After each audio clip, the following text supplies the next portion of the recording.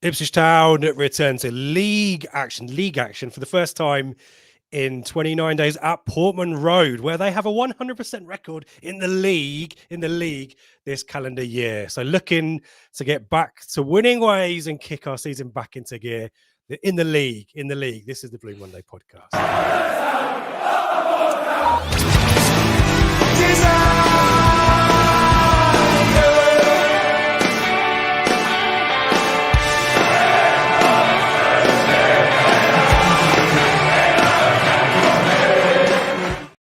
Hello and welcome to the Blue Monday podcast, discussing the town up or down since 2015. I'm Rich Woodward and welcome to the Prematch Show in partnership with our friends at the Greyhound pub in Ipswich. We go live every Thursday at 8 p.m. on YouTube and are available on demand and on podcast shortly afterwards. And joining me as always to chat through town's weekend game, Seb Brown. Did the caveats in my intro make sense, Seb? Because there's a game that we shouldn't talk about. But actually, for the calendar year 2024, we've got a 100% winning record at home in the league. So make of that what you will. How you doing? What brilliant intro! Yeah, if you can just clarify one more time exactly what competition it is at the weekend, that would be that would be great. No, I'm good, thank you. I have fought off the blizzard of 2024 up here in North Wales that was basically rain despite all the school closures, and now that's out of the way. I'm looking forward to the weekend. Some football, yeah. Well, I'm sure we're going to get some weather chat from. I can see Michael's in the chat already, so yeah. I kind of feel like we need to raise the mood a little bit. You know, last weekend a little bit frustrating, obviously, and the weekend before that, and all that kind of stuff. And I was on the TalkSport Fan Network podcast, and they asked me a pretty innocuous question about the manager, and I went onto a huge long like tirade or like moany like woe is me moment, like, oh, he's good, I don't want him to go. So I feel like today said we need to bring the energy up and try and make this a happy place. Football's great. There is some stuff though that we need to bitch and moan about. We will come to that right in a second, but let's say hello to the chat, especially Ashley, who's burst up. Great to see you, Ashley. Thanks for joining us. Dan's here as well. Michael, good day, Michael. Not giving us the weather report yet, but we'll wait and see. FBL Tractor is here. Gary is here. MW Paul, look at this. All the great and the good Nick, all the Telegram VIPs here. Charlie is with us. Andreas is here as well. Eric is here too. Tom, hello. Neil's here. Carl's here. And Eric is here. And Richard, straight off the bat, Seb. And that's what we mean about starting with positivity. Super chat, straight off the bat. Richard, thank you so much. We appreciate you.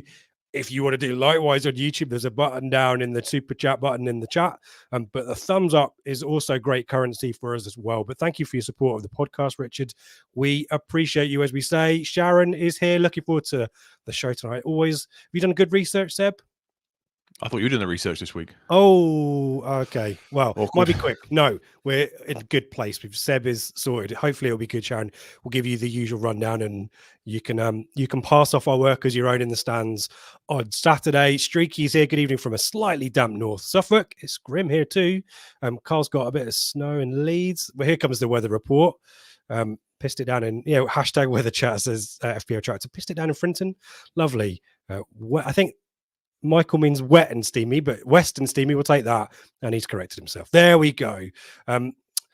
It's time for the bit where we talk about news, Seb. But I think I need to play this for old time's sake.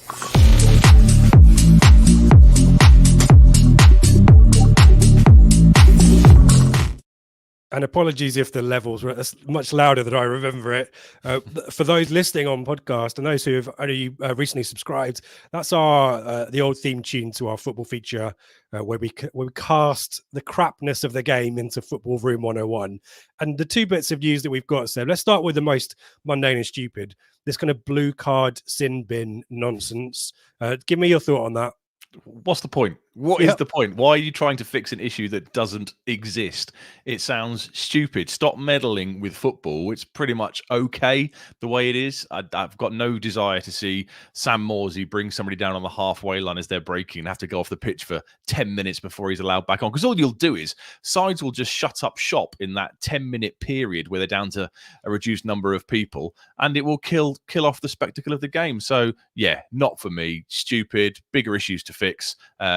Don't try and fix an issue that simply at this point doesn't exist. I presume you feel relatively similar, do you? Yeah, the issue that it's trying to solve is respect to the referees, isn't it? It's dissent and that kind of stuff. So But the key, they brought in the yellow card for oh, swearing at the ref years ago, and no one follows it, and no one, it's just that's where I was going to go. You don't need a blue card, you need a yellow card, and you need to produce it as soon as a manager, a coach, anyone on the pitch kicks off. You book them. It's that simple. You don't need to fix this problem with something else. And Nick saying, why don't you focus on sorting VAR out instead? Very much and all so. that kind of stuff. So yeah, I just think I know it's kind of the phrase is like, if it's not broken, don't fix it kind of thing. We know football isn't perfect, but this is an issue that already has a resolution, as a fix. Don't make it complicated. Just get on with it. Is this really a big issue in the debating talking points around football? I think it might be the officials get that big compared maybe in the lower in the pyramid, Seb. Maybe, but I mean, yeah, potentially. But we were down. I know professionally, we were down at League One level last year. I don't remember it being a massive issue. So, what's the problem? Improve, like Gary says there, improve the quality of officiating. Sort out VAR, because that's a complete mess. And it just seems if you had a page of 100 things that you need to fix in football, presumably the blue card scenario for being a cynical foul or being abusive to the referee is probably item 98 on the 100-point list. So, park it, move on, and let's try and fix some of the real issues. And why is it blue? Well, I guess they go against blue. Well, presumably, what can you go that's softer than a yellow? Is it for blue language? Is that why you can't give a green card because green is positive affirmation? Orange card, sure, isn't it? But orange was worse than the yellow, though, wouldn't it? Well, there you go. So brown card.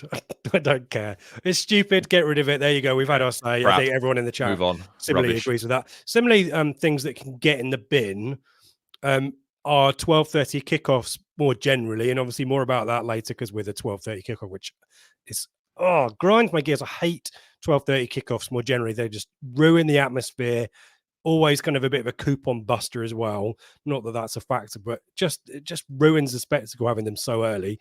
Another game, Seb, moving for telly is Cardiff away, one of our longest trips this season. Vent and moan about this, and because you're adjacent to Wales, as we always remind folk, there's rugby on Sunday for Six Nations, isn't there? There's lots of logistical factors as to why this is a huge two fingers up to the fans rather than anything else. They don't care, do they? Logistically, you look at this, hotel rooms will be crazy money. The town will be bedlam. There is no point moving this game to make it more awkward for the town fans to get there, but it's what Sky do. And it's going to get worse. Isn't there a cutoff? Is it the start of April where you only have to give, is it like 7 days notice? As the season concludes, I'm sure they can lower the length of time they have to give notice. So, yeah, another one has moved. I mean, 3 o'clock. This is our last 3 o'clock game at Portman Road. Was it the Coventry game or in the probably league? And I was chatting to a Coventry fan on Twitter who said we haven't had a 3 p.m. Saturday home game since November ourselves. So that start of December, and the next one must be off the top of my head Birmingham on the end of this month. So you're talking nearly 3 months between 3 o'clock kickoffs on a Saturday, and it's the world we live in. It's the trade-off, isn't it? The more successful we get as a club, this is going to happen. If we do get promoted next year, 3 o'clock games on a Saturday will be incredibly rare. Yeah, it will be the vast minority of the games, but it is just incredibly frustrating. That said, I'm a little bit happy because I'm planning to go to Plymouth, and I was kind of thinking that will definitely get moved for Sky just to really annoy me like Exeter did last year. So out of the two, I wasn't doing Cardiff, so every cloud. But anyone who goes deserves 2 points for that, frankly. But, absolutely. That won't happen. Neil, quite rightly, instead of there's some stronger words in the chat, and Richard, I see you, I feel you. I hope you can understand why I can't put your comment on the screen, but I totally know where you're coming from. Neil here put a law in banning Sky putting a TV game where traveling distance is over 100 miles. They just don't care, do they? They don't kick off. Later kickoff kind of makes sense. That makes life a bit easier for folk. But yeah, as Trevor said, this is the price of success. It only gets that price, that cost only gets greater the further up the pyramid you go. So, and I think where is it? Apologies to Tom asked sort of a question about how much money we get out of this. I think when we get the next fans forum, if someone can inquire as to whether all of this logistical hoo-ha, jiggery pokery, whatever word you want to call it, is worth it for the income. And obviously the income gets in a world of FFP, it's helpful, isn't it? It is, and helpful. The TV deal next year is better as well. And all that stuff, we have to accept it. Like they always criticise Jurgen Klopp, don't they, when he criticises the 12:30 kickoff game for BT Sport after a Champions League midweek performance. If you accept the money for the TV deals, you kind of have to put up with the consequences, don't you? Yeah, Nick suggesting 10k for an away game. Yeah, so I think we've had our rant. Do you feel better about ranting about blue cards in 12:30 games yet, Seb, or is Yeah, it they're not both really worked? stupid. Yeah. Yeah, so we've vented a little bit. I hope you folks have too. Let's focus on more positive matters. I guess frustrating matters really, because ITFC women continue to put in good performances and the results just are not coming for whatever reason. But an opportunity to regroup away at Cheltenham on Sunday if you're one of the Southwest crew, and at a loose end, I forget where it is. It's just north of Cheltenham. I think it's Bishop's Cleeve, I think is the name. So get down and support the Trout girls. I think it's rebuilding. The season is not over, but it's going to take some kind of mathematical miracles at the moment. But what we want is to finish the season strong for the summer, regroup, etc. So get behind the team, get down to Bishop's Cleeve or Cheltenham, wherever it is on Sunday. And obviously games at the AGL coming up as well. So please give them your support. Let's talk to West Brom on Saturday then at 12:30. Tut, sigh. Probably before this little stutter that we've had over Christmas, one of the more chastening experiences that you and I have had watching Ipswich in the last few years. You a man of great vintage away days of recent years, me more of a less frequent flyer, but that West Brom away game at the Hawthorns before Christmas was a bit of a tough one to take, wasn't it? Didn't lay a glove on them, did we? They schooled us properly. They scored goals at the right time. I mean, conceding from that early corner after, was it 4 or 5 minutes? That was a real killer, because the kind of side they are, which we'll discuss, they are set up to defend leads, aren't they? They were happy for us to have the ball, sit on the halfway line. They would get themselves organised, get themselves compact and say, try and break us down.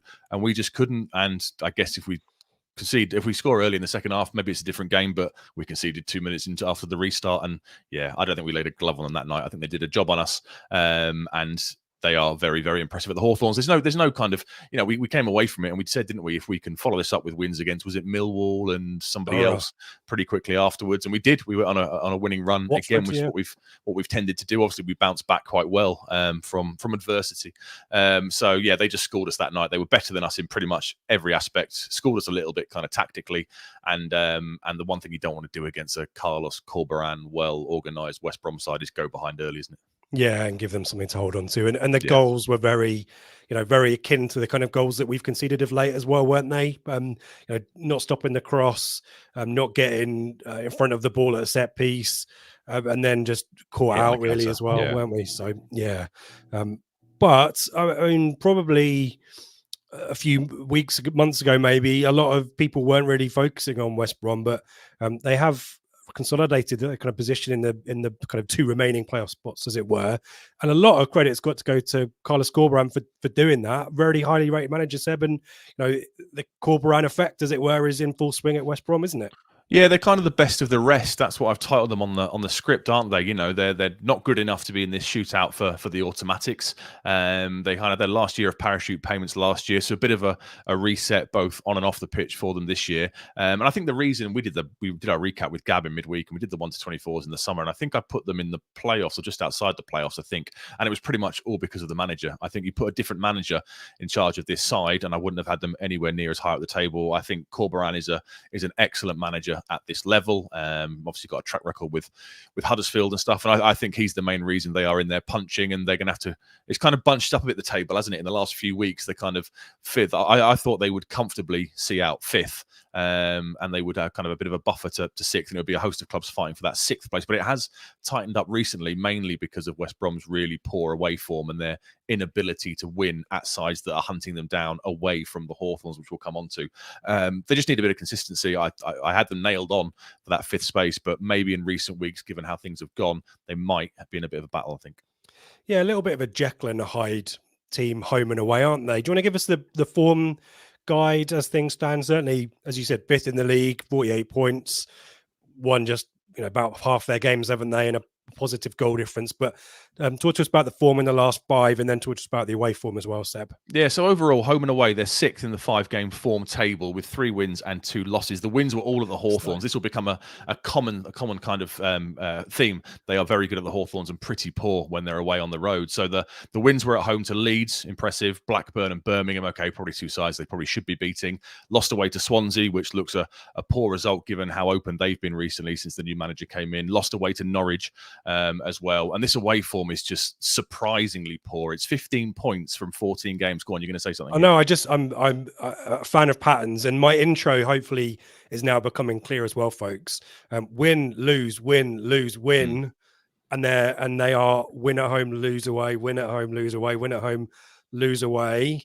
Hopefully on Saturday, that's what we want, isn't it? Is maybe a surprise that they haven't got more on the road. Maybe a team that's maybe set up to draw away from home, and these marginal moments, perhaps, some goals that should have maybe happened that didn't in the recent games, particularly Borough away and Swansea. They were quite unlucky. Norwich as well, second half, I think, battered them a little bit, but they're not turning those kind of dominant moments into results, and it becomes a problem, doesn't it? And yeah, the record in the last 5 away, just in isolation, the away game, Seb, also pretty poor, isn't it?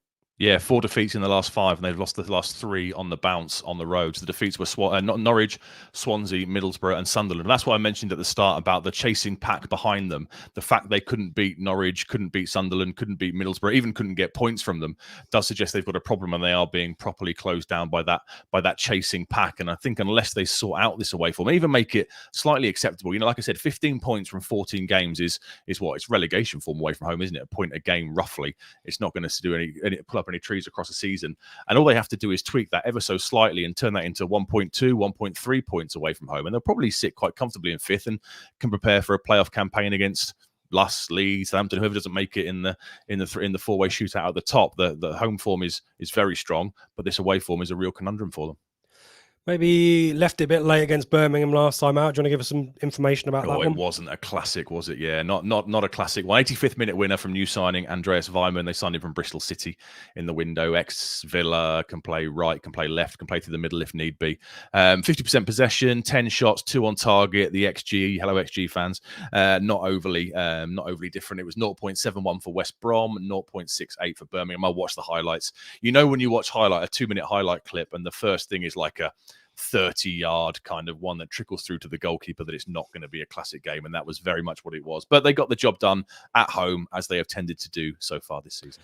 Yeah, and you wonder whether Mogham probably made that into a bit of a slog for them, because taking them on probably not, and it nearly worked, didn't it? Taking them on probably not a strategy to, unless you want to get spanked there. They've got an amazing home form, haven't they, there? We talked about Carlos Corberán. Let's very quickly deal with that. I mean, where does he rank for you in the Championship managers list?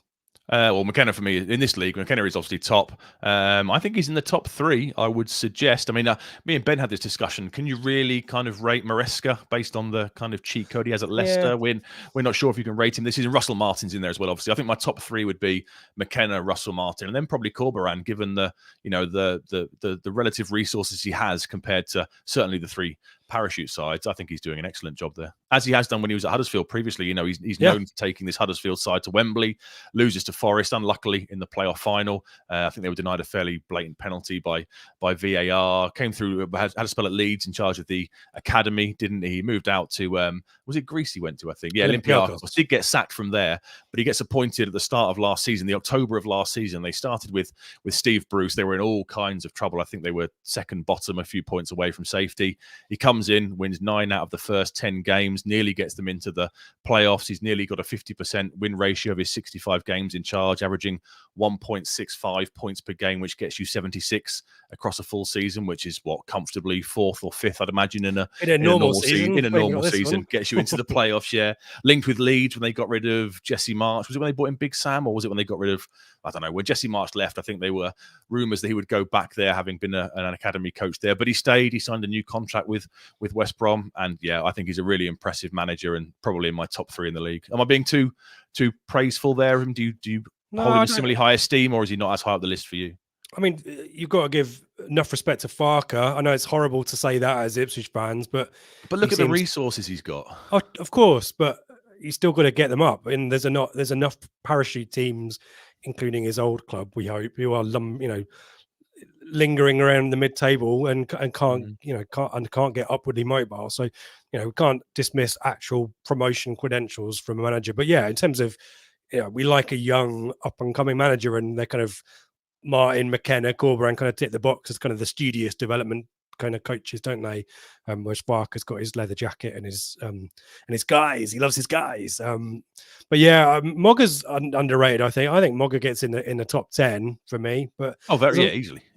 But the elite, the top 5. Yeah. What's yours? The 3 parachute sides, us and Corberan, presumably. Yeah, I don't think you can go too far wrong. I mean, Russell Martin's not yet achieved anything, but has a really well-established philosophy, doesn't he? Which is also important, seemingly, in the current era. So, yeah, I don't think you can do too far wrong with those 3.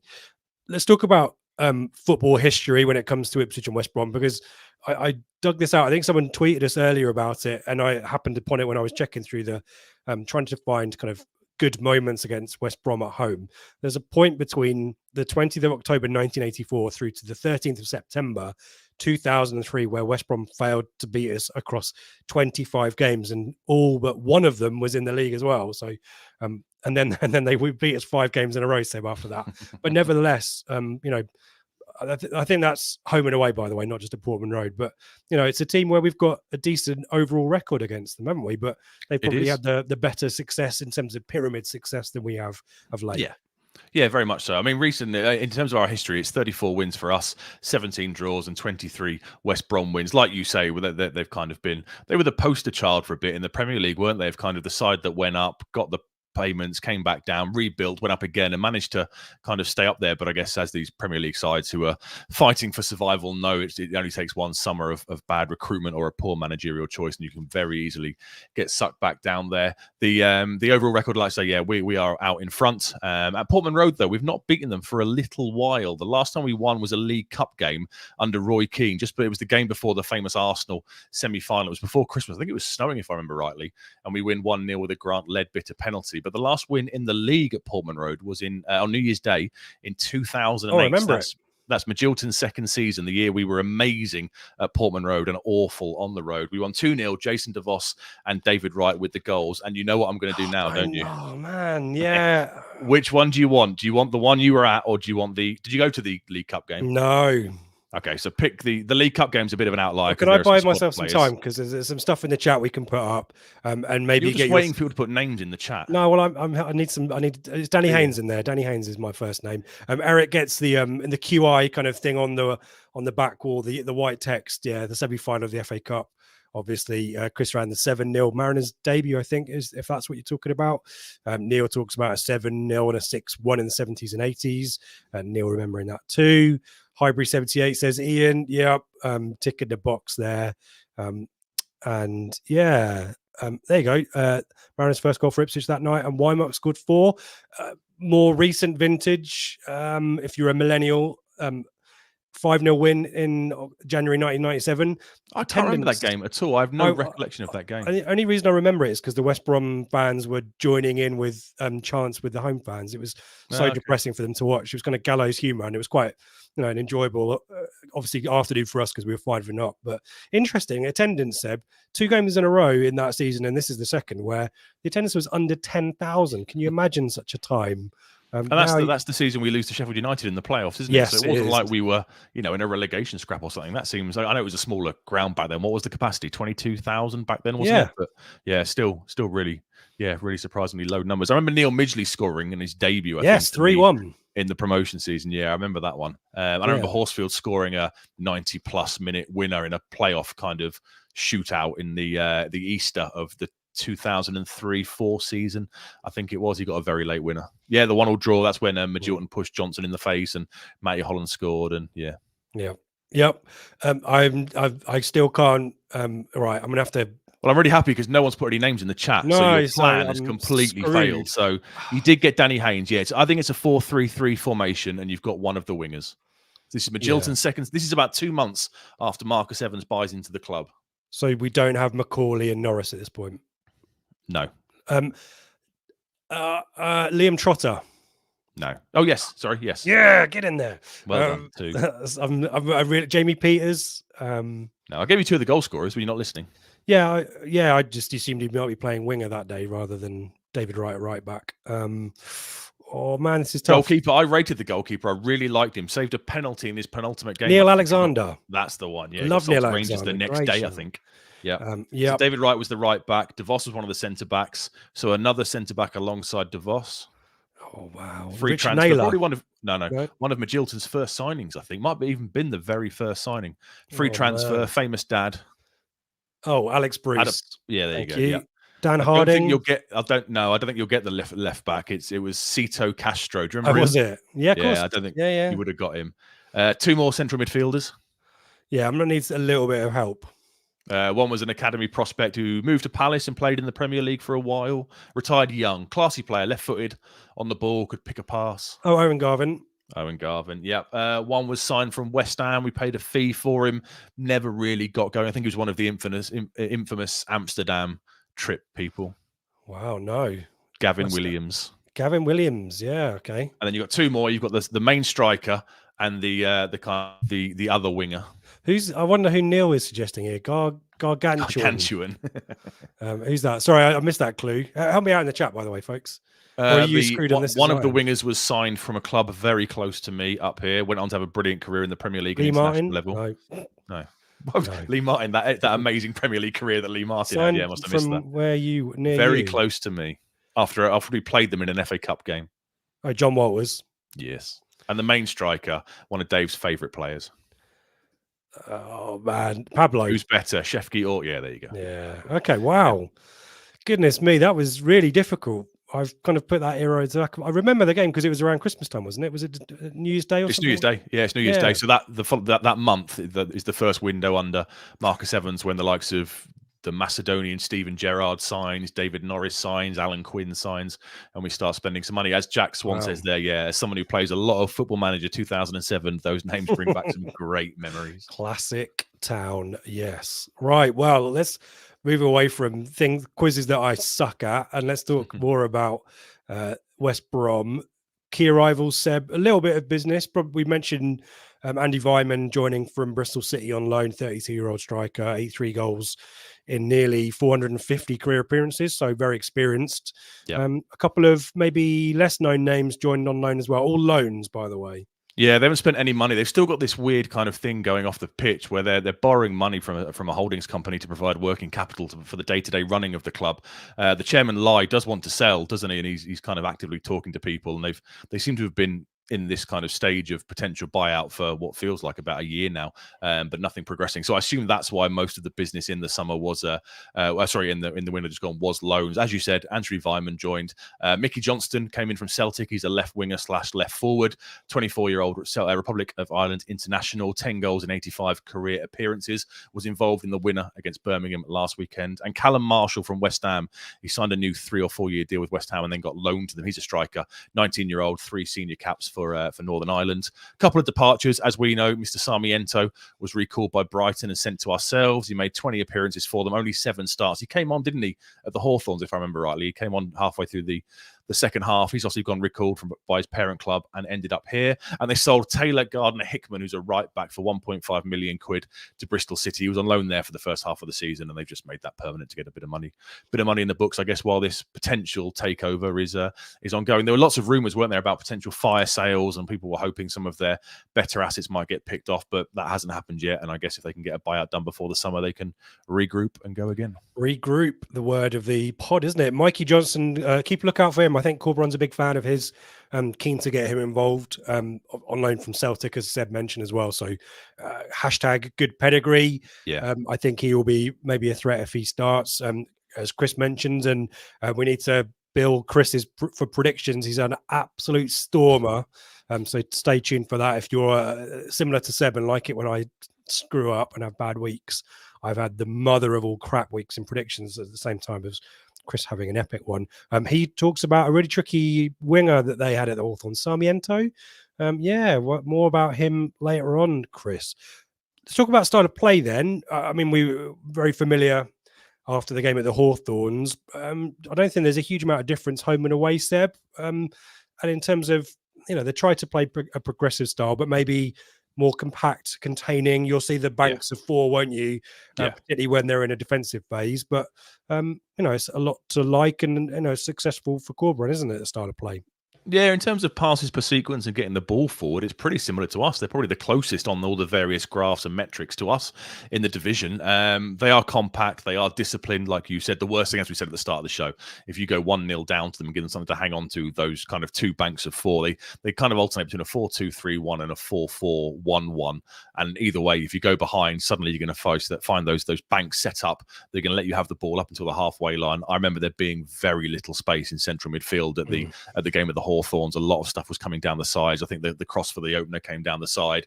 The one where Matt Phillips missed an absolute sitter in the second half, didn't he? That came from a crossing as well. So the central of the park is kind of a real battleground. They are fifth lowest for pressing actions, so they're not overly press heavy, but against Leicester, they did go man for man and press very high. And I just wonder, having seen what happened to us at Deepdale last Saturday, will they adapt things slightly and do the same thing? Yeah, I mean, if you watch back the goals, certainly Johnny Rowe's second for Norwich a few weeks ago, the goal for Borough as well. They do back off. They do give teams time on the ball. They also get caught quite high. Norwich first goal, Josh Sargent completely through, but he's onside about just inside West Brom's half. So we'll talk about the back pair. Maybe not the quickest, but definitely physical. But yeah, expect those banks of four, those lines, quite compact, as you said. But it will be interesting. The fullbacks will be disciplined. The fullbacks, they're not really bombing on. They're more stay-at-home kind of fullbacks in Connor Townsend on the left and Darnell Furlong on the right. They will get forward, but primarily their job will be, to make themselves solid and kind of really look to clutter up that side of the pitch. Yeah, it's to get the ball out to the likes of Jed Wallace, isn't it? And for him to cross it in, crosses will be big. But yeah, interesting, and maybe something to keep a lookout for if they match us like for like, won't they? Or go for that high press after Preston and how that worked for them. Key personnel, Seb. Do you want me to get this one, or do you reckon you're confident? I've got it written down, so I'll get it right this time, because I did both the pre-match and the flagship show for West Brom away, and I kept coming up with variations. I remember Ben banging Thomas, his head. Asante, Barande, Asante, Thomas. I think I did it so well by the end, Dave was doing the same thing, so we were both getting the name wrong. So I was quite proud of myself that night. He's the main man, the striker. 9 goals, 2 assists so far this season. They're a bit sparse up front, given AFCON going on and injuries and stuff. So he's been leading the line. He's quick. He works hard. He's strong. I was quite impressed with him in the Hawthorns game. I thought he led the line well and was a bit of a pest. He kind of will work his way out to the channels and look to pick up the ball and make things happen. So he's quite impressive. Jed Wallace, you mentioned a minute ago, I think he put the ball in for, I think it was him that missed no, he put the cross in for Matt Phillips, who missed the sitter. He had a really good game that night. He's been playing on the right in the 4-2-3-1 behind the striker. Impressive against us at the Hawthorns. 3 goals, 3 assists. John Swift, ex-Reading, I think. Yeah, playing in the number 10 role. I think he was just coming back from injury in that November game. I think I remember him coming on. Likes to drift out to the left-hand side and pick up the ball. Go on. Also likes to linger on the penalty spot. So look out for the crosses down the side from the fullbacks bombing on, or the likes of Wallace. They will pick it back to him on the edge of the area, kind of roll. And he won't be running onto it. He'll be there already. That's an area of the pitch he likes to linger on. So keep a lookout for him there. 6 goals so far and an assist so far this season. The central midfield, like I mentioned, it's hard working, it's industrious. You've got Yokosulu, I'll say, Turkish player, and Alex Moat. They'll be the 2 central midfielders. He was good against us, wasn't he? Moat. Yeah, that was a real battle. They schooled Morsey and Luong. No, it was Taylor, wasn't it? Taylor, yeah. Yeah, I forgot it was Taylor and Morsey that night, wasn't it? They kind of did school them a little bit. They average 115 touches between them per 90 minutes. So they do like to get on the ball and kind of look to dominate from the centre of the park. And equally, they will provide the screen. If they do get into the lead, they'll be sitting there and trying to say to them, come on, try and break us down. Alex Palmer's a pretty decent keeper, isn't he? He's got the most clean sheets in the league, 13. 8 of them have come at the Hawthorns. 5 have come on the road. So he holds the record for the best. His saves prevented and his saves presented shots weren't that amazing, but they've got these 13 clean sheets, which is testament to the players he's got in front of him. 2 absolute units at centre half. Cedric Kipre is 6'4". Kyle Bartley is 6'3". Let's grow ourselves a lanky goggle-eyed freak. Sorry, Keo. Say that to his face, I dare you. Yeah. The two fullbacks, I think, are in excess of 6 foot as well, 6 foot, 6'1". So it is a very big back four. We discussed last week how it's going to be a physical game, and that's what it's going to be.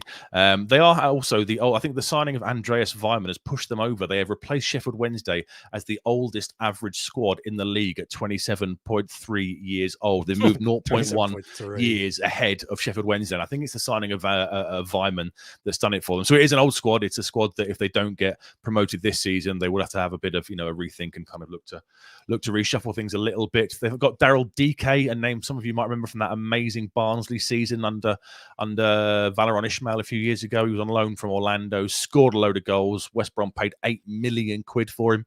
He's working his way back from a really serious injury. He's made 3 appearances off the bench, so he'll be a bench option on Saturday.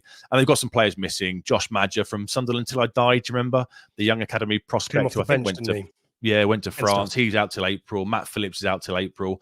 Martin Kelly's out long term. And they've got 2 players away at AFCON. They've got Sami Ajayi, the centre half, another big unit we know him from his Rotherham days, and Grady Diangana, who scored the second goal. That's the one. They're both away with Nigeria and the Democratic Republic of Congo, and they're still in AFCON. One's in the final, one's in the in the third place playoffs. So they won't be featuring on the weekend. Diangana score in the game at the Hawthorns. Yeah, he got the breakaway goal at the start of the second half. Yeah, okay. Good. Yeah. And let's finish off as we usually do. Some things to look out for. We mentioned possession wise, not particularly high, about 50%. It's no different at home and away, really. But yeah, some attacking stats, Seb, and maybe this illustrates the point about why they're not picking up goals and points on the road. Yeah, the attacking stats are just poor. 16 goals scored away from the Hawthorns is the 15th best in the league, if you want to say the 9th worst.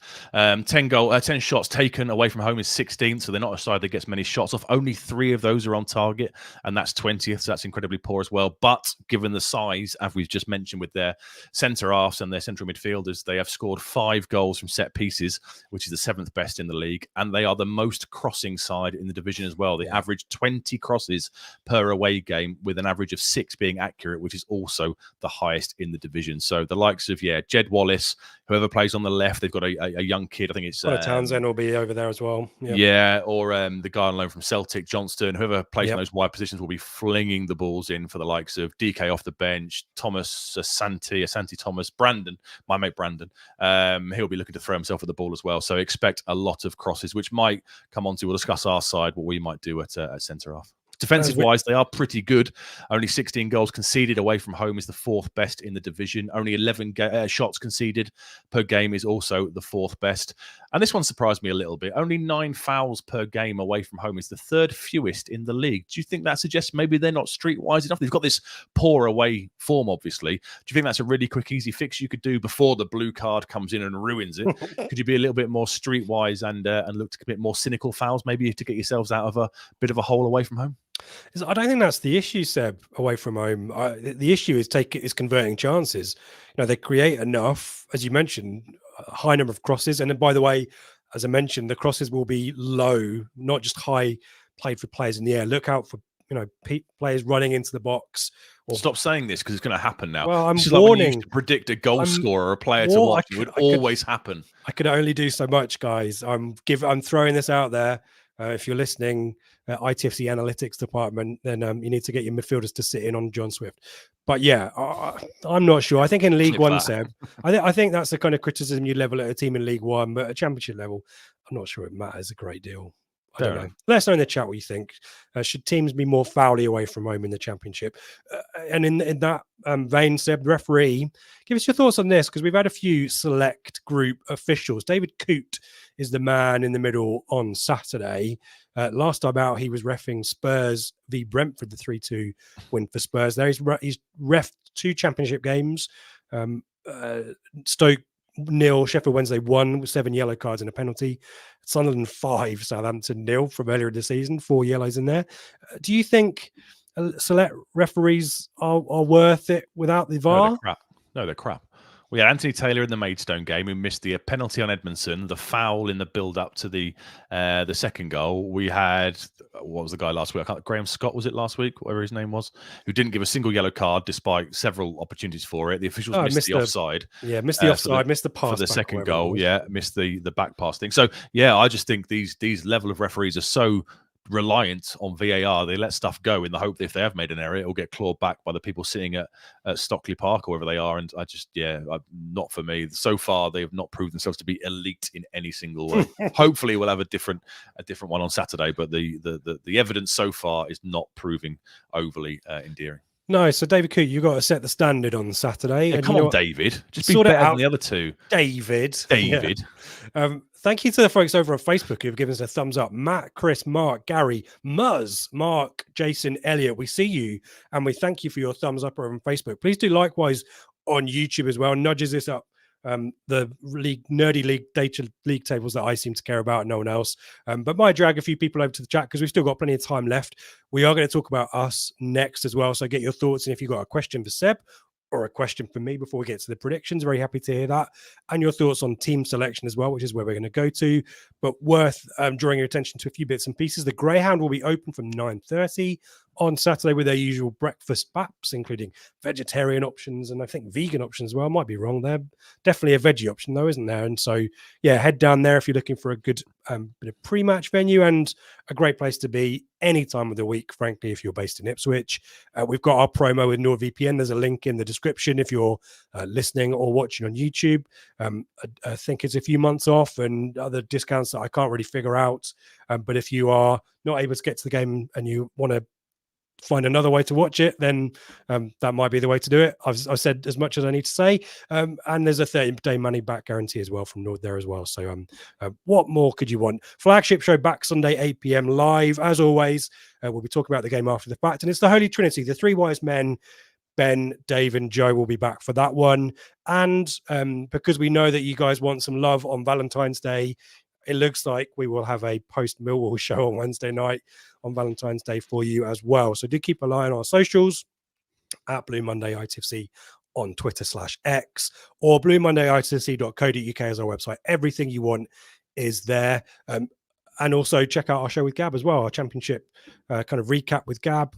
Thumbs up, 5-star rating, all that great stuff. Let's talk about Ipswich then, Seb. I think probably there's an easy decision and a more difficult decision. The easy decision is Kiefer Moore starts, doesn't he? 100%.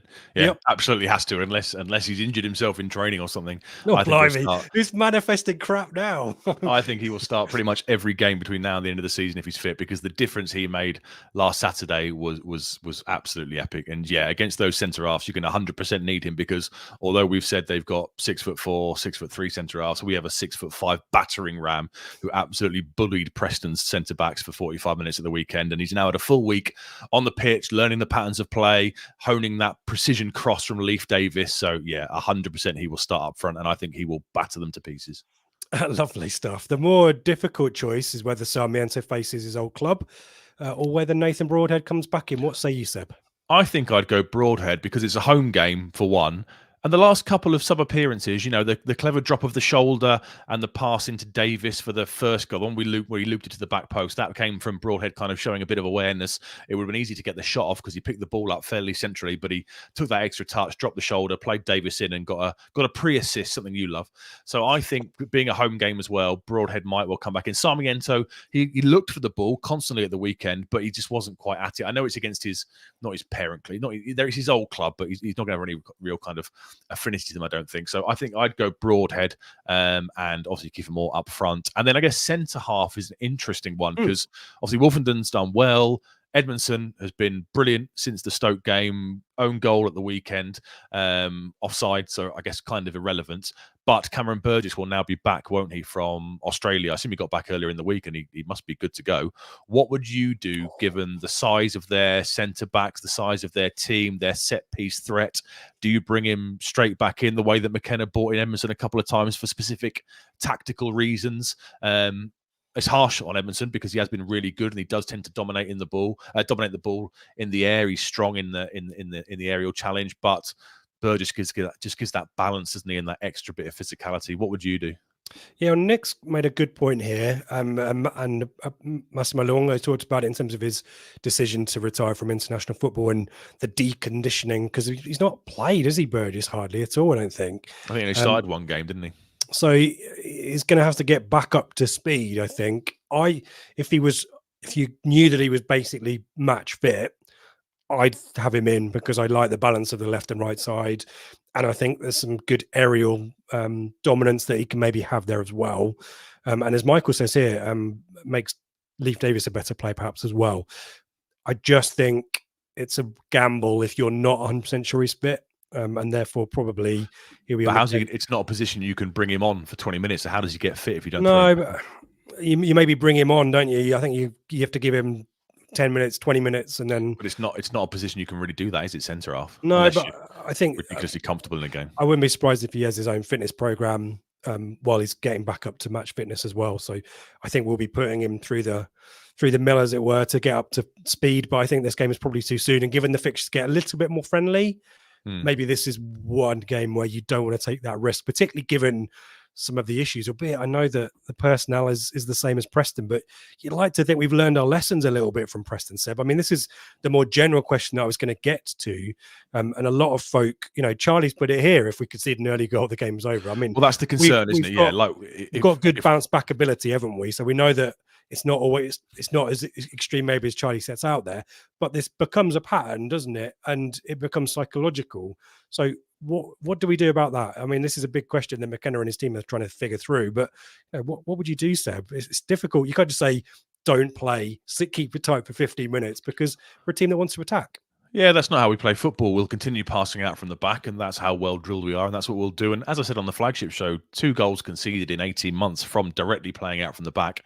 I'm okay with that, given how many we score off it. We do have to find a way to stop giving sides 1 and 2 goal head starts, and we need to stop conceding so early. Now, the number of goals we've conceded early, there's no real pattern to them either, so it's a real difficult one to solve. If you're conceding loads from crosses from the right wing, you can make a tactical kind of thing to change that up. But we've conceded set pieces, players bursting through the middle, worldies from the likes of Morgan Whittaker.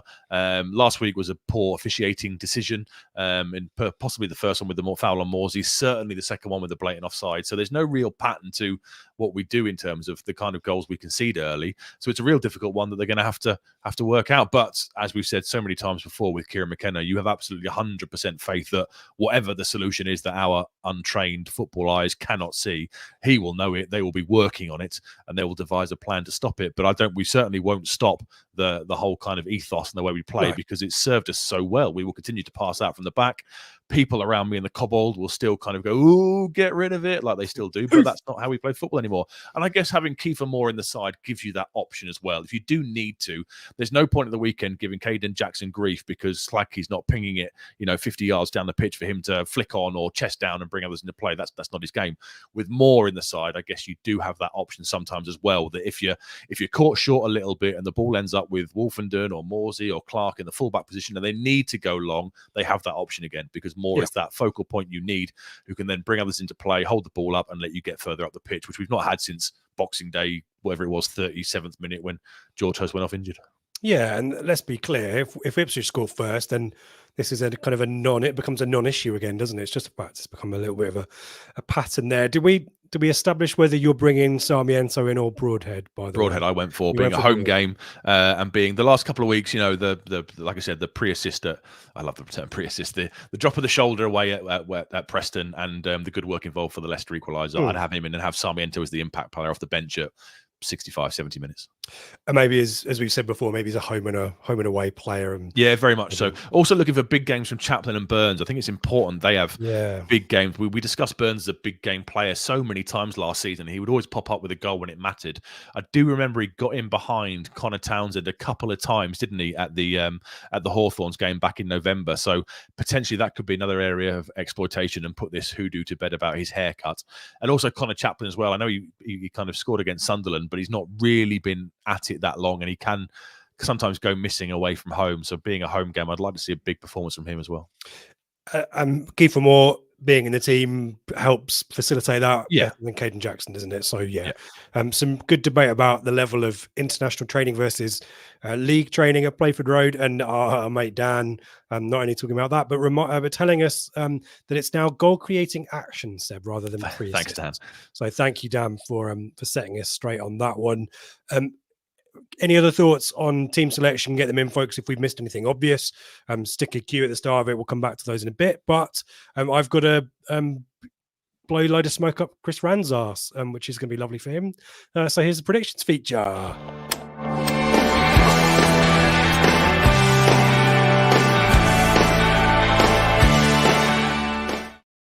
So two things happened last week, Seb. I had three things happened.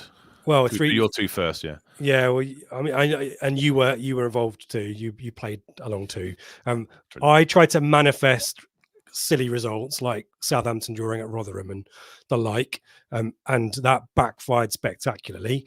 And Chris Rand plucked 5 correct results out of, well, I assume by great research. I was about to do him a disservice and say from thin air, but I suspect he's a very learned man, and presumably he won't be joining us moving forward. And he's now axed from the Yes, feature. I was going to say, yeah, I thought so. He's gone top, Seb. He's gone top by 4 points. Telegram. Yeah. Look at that. But the rounds is what counts. If Craig was here, it's points per game or rounds or whatever it is. I don't know. But fair play, Chris. That is really impressive. Almost as impressive, almost as crap as my 4 points from last week. But yeah, you got double my points tally, Seb. Usually enough to win it. Patronising. No, I'm saying usually it's enough to win it, but not this week. Not with Rando. So he's gone, yeah. He's got 2 more weeks. I'm bricking it. But I suspect there'll be a massive coup in Telegram to make him do it for the rest of the season. What's made it even worse, my confidence level is at an all-time low. You and I have a lot of similar predictions this week. So I'm not feeling confident. Right, okay. No, I know. Is Chris in the chat? Hopefully he's still in the chat. Do take a digital bow somehow, Chris. You know, we want to give you some respect for that. So did he get 5 correct results or 5 correct scores? 5%. Sorry, 5 correct score lines. So wow. 3 points each for those, I think, and then a bonus point, I think, for a correct outcome. I think fair that's play. Right. So he's a gambling man. Fair play. Yeah, well, he put a load of one. He was gonna. I think he put an acca on his 1-1 predictions the week before. I wish he'd stuck with those, but hey ho. Let's have a look and see what we're saying. A little bit more of an interesting week of fixtures, Seb, than last week. Anything catching your eye? I mean, there's a lot of home. Oh, yeah, you've copied me on pretty much all of them. I know. Well, no, I did not do that. And if I was going to copy from anyone, I'd be copying off Chris if I was copying off anyone, wouldn't I? But yeah, and we're not feeling positive about anyone dropping points around us, are we, this weekend? No, it's gimmies this week, isn't it? It's, we were saying Leeds last night playing at Plymouth. That might go against them, the long trip, the extra time. But then I looked at the fixtures and saw it's Rotherham going to Ellen Road on the weekend. So, okay, it's a bit of a Yorkshire derby, but we've both gone 4-0 to Leeds. Chris has gone for a 2-0 victory. So none of us are expecting any favours there off of Rotherham. And likewise, just when you want Southampton, hopefully, to kind of have a Leicester or somebody tricky to come up against, they're playing Huddersfield, albeit they won 4-0 last weekend, have a new manager, but again, you and me have both gone for the same score line, 3-0 to the Saints. So it is kind of complete gimmies this weekend for the two sides directly above us, isn't it? Yeah, and I nearly forgot our game last week, but let's go to our game now. I've gone for a draw. I have a weird feeling. We had to bring the energy and be upbeat, and we're unbeaten in the league in 2024 at home. That's why you and Chris are involved, because you're bringing, the positivity. Chris is going for a 1-0, which actually is probably a good shout, because I think they lost 1-0 to Borough, 1-0 to Swansea of late. You've gone for a 2-1. You think there'll be our usual goal conceded. Talk to us about your logic there and give us some work. And who's going to score, Seb? Kiefer Moore will score. I'm very, very confident of that. And I'd like to see Al Hamadi score off the bench as well. I thought he was unlucky on the weekend. He fired that one straight at the keeper, which Moore ended up putting home. But he looked really lively. So yeah, I'd like Kiefer Moore to open the scoring, Al Hamadi to get the second off the bench. And I just think we will concede because it's what we tend to do. Crucially, we can't concede first. So a nice kind of consolation for them, not to make it nervy, but to get ourselves in a winning position before we let one in. If, like we said several times this podcast, if we do concede first, if we do concede early, it's going to be a bit of a slog. Yeah, but then you think 1-1, so you're not overly confident, no? I just think West Brom probably are going to shut up shop a little bit, I think, and that might frustrate us. Do you think we'll struggle to break them down? Maybe. I think that's the only thing I was thinking about, really. I think Corberon likes the maths around 4 points against Ipswich. 2 points a game against any team. If you add that up, I think it's like 96, 92 points. I forget what it is with the maths. I think he'll quite, given the crap away record as well, Seb, all those defeats on the road, I think he'd quite fancy a point. So I think presumably you see us scoring first, though. I haven't really thought much beyond it being really tight. I think the question is whether Kiefer Moore can bring out the best in the likes of Broadhead if he plays, or Chaplin, because if we are back to our all singing, all dancing best, and let's be honest, I said this on the show with Gab, we won the second half against Preston. I mean, you get absolutely naffle for that, but it's a 2-0 second half, isn't it, with that team? So who knows? Anything's possible, really. I'm just hedging my bets, really, after a really tough week last week at the predictions. So no room for sentimentality, but you guys are going for the wins. So that's all we need. Let's have a butcher's what the chat says as well, Seb. But we've got a few questions as well, which is great. 2-0, says Philip, going in there first. Town win, 2-0. What else have we got? Another 2-0 from Paul Smith. Burgess, Broadhead, and more to start. He's given us the team. That's what I thought. Yeah, that's what I figured here. Win and score a penalty. I'm not sure he's a penalty. Well, maybe he is. Chaplin to score is due one as well. Neil's going for 3-1. Rob, if we can just match those two ahead of us. As we say, the fixtures aren't particularly helpful in that respect. Charlie's going for matching my 1-1. Eric's gone for a 6-1. Why not? Neil can see Al Hamadi bag in one. Chaplin wants. There's a lot of goal scoring work in here, which I love. What have we got here from Rob? Dropping deep against isn't going to work as well now as we have Kiefer. So yeah, interesting thought there. Nick, 3-0, early goal to settle the nerves from Chaplin, and more second early after half time. Oh, that'd be lovely. There you go. Michael, he's gone for a 4-2 loss. Michael, no. Well, 2 early Sun's got goals, to you. and they will park the bus. 80's going for a 2-1. Rob's going for a 3-1 after going 1 down again. There you go. We've got a team from Neil as well.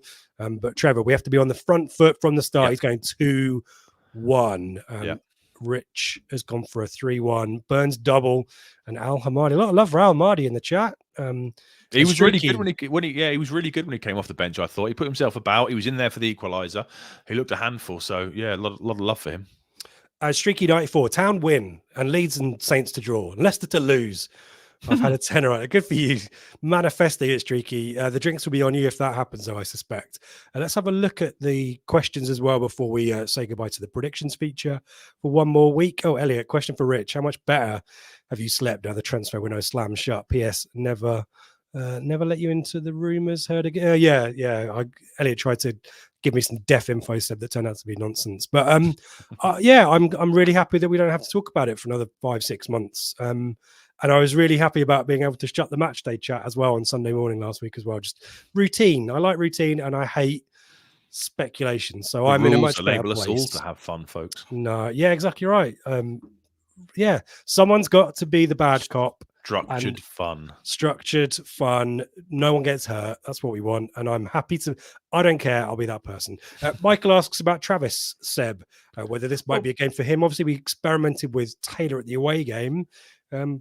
Would you gamble? No, it's not really a gamble, but would you experiment with Travis? It would make it more combative, wouldn't it? Him and Morsey against OK, whose surname I can't remember how to say it properly, and Mowat. Yeah, that would certainly make it more of a scrap, I think. And it is an area of the pitch that you might have to scrap and fight in. I did say on the Flagship Show I wouldn't be that surprised if he was to come in. I think it'll probably be Luongo and Morsey, if I'm being honest. But if Travis was on the team sheet at 11:30, I wouldn't be surprised at all, because he will add that kind of tenacity, that bite, that aggression that you might need against them to kind of stamp your authority in the middle of the pitch. Because the one thing we can't do is let them dominate like they did last time. They dominated us physically in the middle.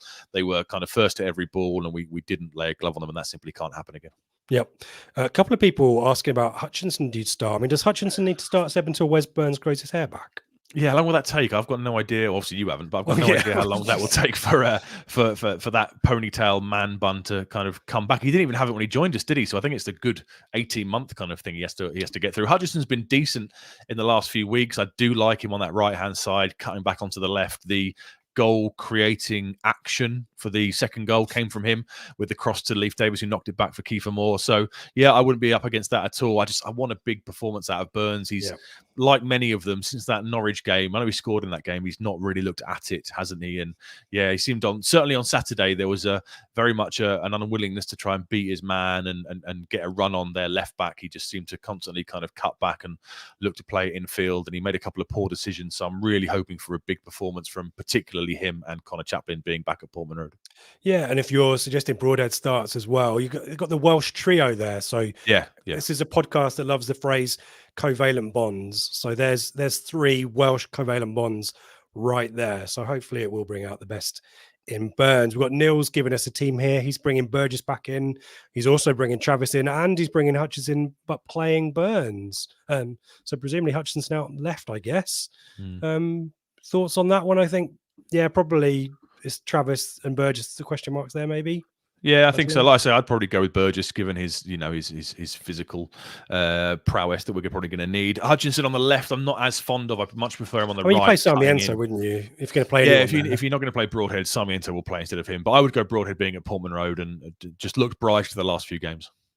Yeah, I'm gonna make a call for Sarmiento to start. I like players playing against former clubs. Then I'll make a call, like I said on the flagship. I'll make a call for Travis to start, like I did on the flagship. There you go. I want Sarmiento to score and not celebrate the goal. There you go, manifesting and not celebrate it. Why? Yeah, as in one of the when players play against their old clubs, they don't celebrate, do they? And all that. I want a cup in the ears to the away fans. Oh really? Oh, there you go. Yeah, I love that stuff. Yeah, we're over an hour. Didn't you put the non-celebration rule into room 101 a couple of years ago? It's a shout. Steve Catchpole, will the crowd make more noise than recently? I mean, this is not at 12:30. No, this is why we're bitching about the 12:30, Steve. I mean, it's important. I mean, Maidstone doesn't really count because I think all of us expected not to have to make an effort in that game, and the team would just do the work for us. But yeah, I think the atmosphere is critical. It has to be. We've got to get behind the team. But 12:30, it's just a struggle at 12:30, isn't it? Especially if you're driving down from the north of England at stupid o'clock in the morning, like we will be. So yeah. Gary's asking about Walton. I think it's harsh on Hladky, isn't it? Nope. Yeah, no, like I said, 2 goals conceded in 18 months. I'll take that. Hladky is critical to the way we play. Walton, it's not like he was amazing in the Maidstone game or the Fulham game, let's not forget. I know he's a very good keeper. He's better at Hladky in terms of, aerial dominance and coming for the ball from set pieces, but he hasn't got the same ability in terms of the ball at feet, albeit last weekend aside, it went horribly wrong. So, no, for me, Hladky stays, signs a new contract. I think Walton probably gets his option triggered and he's probably sold in the summer. Sad that's football, isn't it? Some suggestions here. Wes could wear a wig, says Michael. Perhaps. That's a good idea. Yeah, we'll do a whip round, or we could pay for him to go to Turkey and get a transplant. Can you do that on buy one get one free? I'll join you, Wes. We'll go and get it sorted. One more question before we say goodbye. So get your shout outs and final predictions in before we say goodbye. Elliot, when do you expect new deals to be announced for players that are out of contract in the summer? I thought we might have got some of those through the window, Seb. Well, I guess the Hladky and the like. Yeah, Hladky, it sounds like they're in talks, so that should be relatively soon, I would think. As I said, Walton will get the option triggered. Danasi and Aluko probably both get released. Don Ball probably gets released.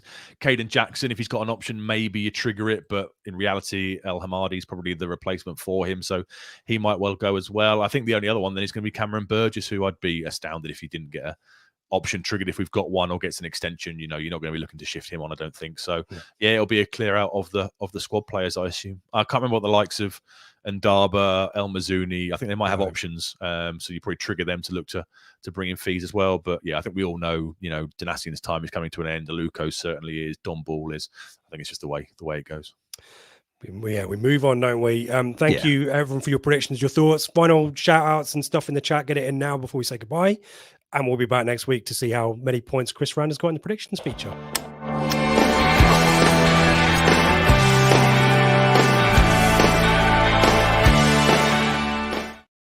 I think it's my turn now to sign out, Seb, isn't it? After I ballsed it out with Preston, didn't I? So it's over to you. So I'll mention Breakfast Baps at the Greyhound from 9:30. I'll mention the Flagship Show Sunday at 8 p.m. with Ben, Dave and Joe. I'll mention our championship check-in with Gab. Head over to our YouTube or our podcast channels to find that. Millwall post-match reaction on Wednesday. Keep a lookout for that. And please give us a thumbs up before you say goodbye. or if you're listening back, 5-star rating, and let us know in the comments if you're listening to this on the way down on Saturday. Just give us a tweet or something. Let us know you're there. We do love hearing about folk listening to the pod on their way to the game, and NordVPN link in the description, all that cool stuff. Seb, I'm going to put some stuff on the screen, and then I'll let you say goodbye. As in, speak now, and I'll put some stuff. Oh, right, okay. I thought that was a cue for me to read something off the screen. No. Thank you to everybody for getting involved in the chat. Hopefully, see as many as we can at the Greyhound on Saturday, and then at Portman Road. Obviously, great energy in the chat tonight. Thank you for that. We will see you next week for what's next week's away game? Is it Cardiff next week? Swansea, isn't it? Swansea. Yeah. Is it not? Back a week tonight for the Swansea preview, the Welsh derby I'm involved in, isn't it? Who is it? Is it not Rotherham next week? Is it Swansea? No, Swansea away. Yeah, Swansea away. Rotherham's in midweek. It's the rearranged cup game, isn't it? So, so back this time next week for the usual. And Rich will now sign us out and hopefully get a start of a signing out run going. Yeah, it'd be good like last season. Yeah, thank everyone for joining us. Appreciate it. Thank you for the thumbs up on the Facebook as well. We see you. Thank you, everyone. As always, we're back here Thursday, 8 p.m. and then on Flagship Sunday, 8 p.m. as well. We appreciate you giving us your evenings and your time. Thank you, everyone. Thank you to Richard as well for the super chat. Appreciate you. He says, be loud for us in the countries yelling along with you. And in that vein, Come on, you Blues!